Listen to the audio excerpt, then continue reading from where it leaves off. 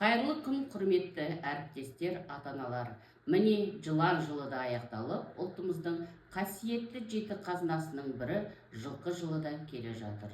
Өткен жылға өкпе жоқ, келер жылдан үміт көп. Артымызға көз тастап өткенімізді зерделеп, атқарылған жұмысқа пен жетістіктерге тоқталып кетейін. Еңбегім болмаса елге өкпелме деген ұлтымыздың қағидалы сөзі бар. Білім ордасында тәрбие мен білімді қатар ұштастырып, адал азамат бір тұтас тәрбие бағдарламасын басшылыққа ала отырып, жас ұрпақ бойына ұлттық құндылық тәрбиесі мен терең білімді сіңіру ұстаздардың басты міндеті. Бүгінгі таңда мектебімізде 613 оқушы білім алып жатыр. Оның ішінде 116-сы оқу озаты, 192 оқу екпіндісі. Білім сапасы 61%-ды құрайды. Педагогтардың саны 100, оның ішінде педагог зерттеуші 14, педагог сарапшы 13, педагог модератор 42.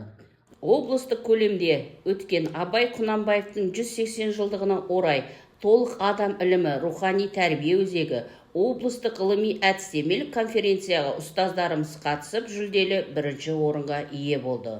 Сондай-ақ мектебімізде Қанипа Омарғалиқызы Бітібаева атындағы зертхана жұмысы, Қанипа Бітібаеваның педагогикалық мұрасы және қазақ тілі мен әдебиеттің өзекті мәселелері тақырыбында халықаралық ғылыми-практикалық конференцияда жоғары бағаланып, зертхана жетекшісі Қанипа Омарғалиқызы Бітібаева төсбелгісімен және құрмет грамотасымен марапатталды. Сонымен қатар 2016 жылы ашылған зертханаға биылғы 10 жыл толды.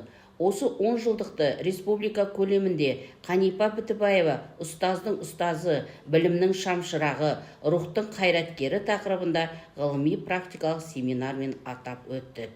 Семинарға Аманжолов атындағы университеті, Абайтану ғылыми зерттеу институтының директоры, профессор Қартаева Айжан Маратбекқызы, Бітібаеваның республикалық ғылыми әдістемелік зертханасының жетекшісі, педагог шебер, PhD докторы Мукашева Меруерт Қозыханымна, академик Күліш Төлеуханымна қатысып, іс тәжірибелермен мен естеліктермен бөлісті.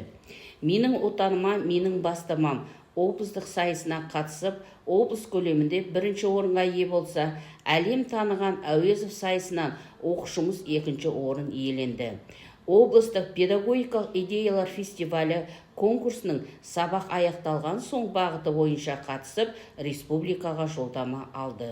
Облыстық «Мен әжемнен үйренемін» Абай сөзі байқауынан 2-ші сынып оқушысы Думан Жандос 2-ші орын алып, 300 мың көлемде қаржылай сыйлыққа ие болды. Ұлы жеңістің 80 жылдығына орай ұйымдастырылған облыстық патриоттық әндер сайысына ардагер ұстазымыз Бағдат Мұхамедиевна қатысып, жүлделі 3-ші орынды иеленді. Білім берудегі серпіліс, цифрлық технологиялар, құндылықтар және зерттеу тәжірибелері тақырыбында халықаралық ғылыми тәжірибелік конференцияға мектебімізден 2 мұғалім қатысып, іс тәжірибелермен бөлісе, мектебіміздің дефектологы, инклюзия, тең мүмкіндіктер кеңістігі халықаралық форумына қатысып, алғыс хатпен марапатталды. Мектептің жалпы жағдайына биылғы оқу жылында демеушілік тарапынан 1,5 миллион көлемінде бастауыш сынып бөлмесі жасалынды. Мектептің жылу қазандығында ағымды жөндеу жұмыстарына 7 миллион 420 мың ақша бөлініп, жұмыстар толықтай атқарылды.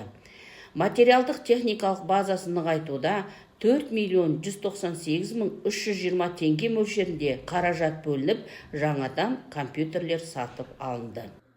Міне мектеп ұжымы үлкен отбасы. Әрбір мұғалім өз ісіне жауапкершілікпен қарап, жаңашылдықпен ұмтылуда. Бірлесе еңбек ету арқылы көптеген жоспарымызды сәтті жүзеге асырдық. Алдағы уақытта да білім сапасын одан әрі арттыру, оқушылардың шығармашылық әлеуетін дамыту және тәрбие жұмыстарын күшейту басты міндетіміз.